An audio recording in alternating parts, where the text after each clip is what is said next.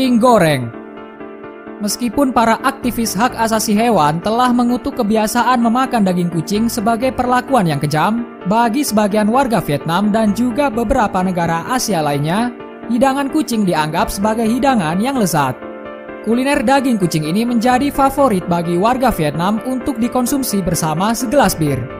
Cara pengolahannya adalah dengan cara direndam dalam air, kemudian bulunya dicukur dan dibakar agar semua bulu habis tak bersisa. Setelah itu baru kucing dipotong-potong dan digoreng bersama bawang putih.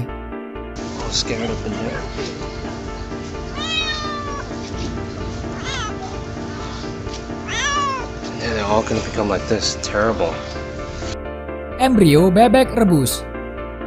Embrio bebek rebus atau balut adalah makanan khas Filipina yang terbuat dari embrio telur bebek yang berumur sekitar 16-21 hari. Balut dimasak dengan cara direbus selama 20-30 menit. Bentuknya sudah tentu berbeda dari telur yang biasa kita makan. Telur yang masih setengah jadi itu lantas dicampuri garam, cabai, bawang putih, dan cuka. Cara memakannya dengan cara memecahkan salah satu sisi telur dan sedot cairan di dalamnya.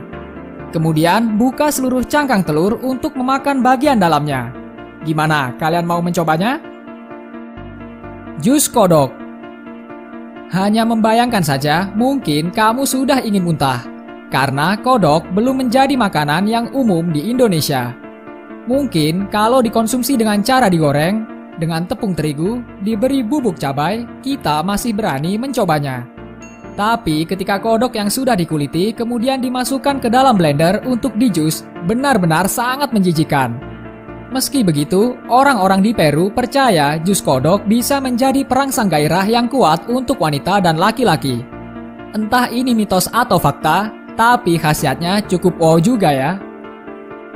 Kasumarzu. Kasumarzu artinya tidak lain adalah rotten cheese atau keju busuk. Kasumarzu juga dikenal sebagai keju hidup karena memang mengandung sesuatu yang hidup. Keju yang berasal dari Sardinia, Italia ini disajikan dalam kondisi diselubungi belatung. Tak hanya disajikan saja, namun keju ini juga dimakan bersama belatungnya dalam kondisi belatung itu masih hidup. Karena resiko kesehatan, Uni Eropa melarang peredaran keju ini. Namun ternyata keju jenis ini masih bisa ditemukan di pasar gelap Eropa. Olahan penis hewan. Ada lebih dari 30 tipe penis hewan yang disajikan dalam Chinese hotspot style di Cina. Diyakini makanan ini bisa memberikan energi bagi para pria.